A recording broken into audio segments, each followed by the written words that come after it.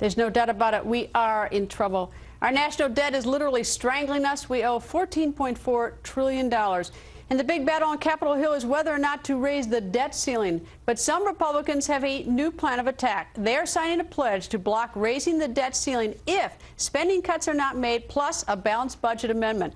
Earlier today, Senators Jim DeMint and Mike Lee went on the record. Senator DeMint, Senator Lee, nice to see both of you. Hey, Greta, good to be with you. Okay, so cut, cap, balance, and pledge? CutCapBalancePledge.com, that's right. And what is that? Well, it's our commitment to America to bring some sanity back here to Washington. Right now, we're in an environment, unrestricted spending. Everything is additive. 49 states have to balance their budget. That's why you see Scott Walker in Wisconsin, Chris Christie in New Jersey making the hard decisions. We don't have to make the hard decision. This pledge is our commitment to balance the budget or not allow that debt ceiling to be increased. So this is a battle of wills right now. Do we keep doing the same thing, or do we change the culture and balance the budget? Okay, so your pledge is to prevent the debt ceiling being raised without these, without the cut and the cap and spend. But tell me, how do you make sure it's not just a stunt? I mean, in terms of, politicians, with all due respect, love to get, get everybody revved up. Yeah. How do you actually get any movement on this and get something accomplished? It's exactly why we designed this. It's a stunt buster. Whenever Congress agrees to do something, if it's committing something many years in advance, we've heard a lot of talk about cutting spending by $2 trillion. But if that's stretched over a period of 10 or more years, we can't bind a future Congress to that.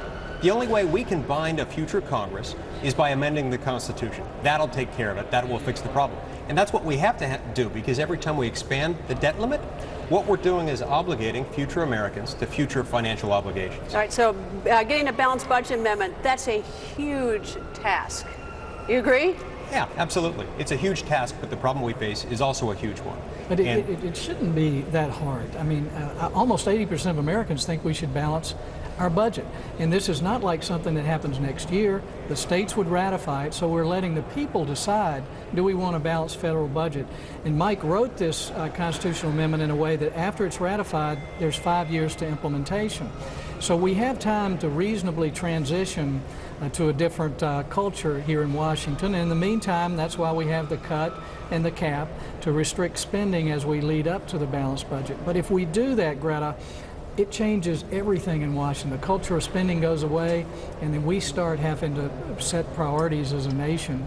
That's what we need to do to pull away from this cliff. But how do you get someone to have an appetite to do it? And I guess one of the best examples is the ethanol vote last week, is that wasn't along party lines. That was like, everyone likes subsidies for within his or her jurisdiction or spending, or, as long as it's in your constituency. The minute it's somebody else's, it's very different. This one's different.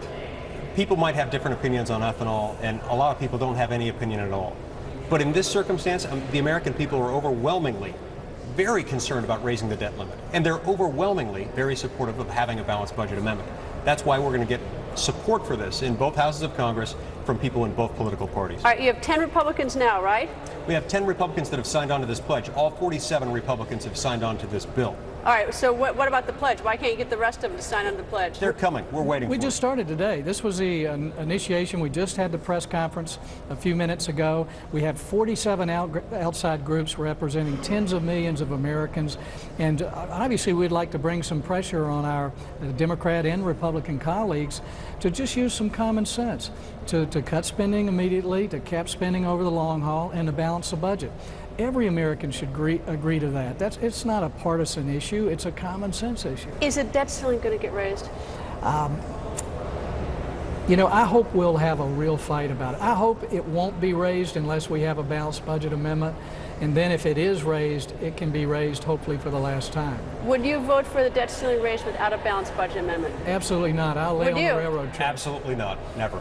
And how many others do you know Republicans say absolutely not? One Republican in the Senate will vote for an increase in the debt ceiling without substantial cuts and hopefully without a balanced budget. That's what we're trying to do. The substantial cuts, as Mike says, will be over in a year or two. The new Congress will change everything. The only thing that's going to bring us back to stop spending more than we're bringing in is a constitutional requirement that we do it. But I'm optimistic, not because of my colleagues, but because millions of people want this. And I saw in the last election, if millions of people want something and they stand up and speak out, it tends to change a lot of minds here in Washington. How about Republican candidates who are running or we expect to run? Have they signed on to the pledge?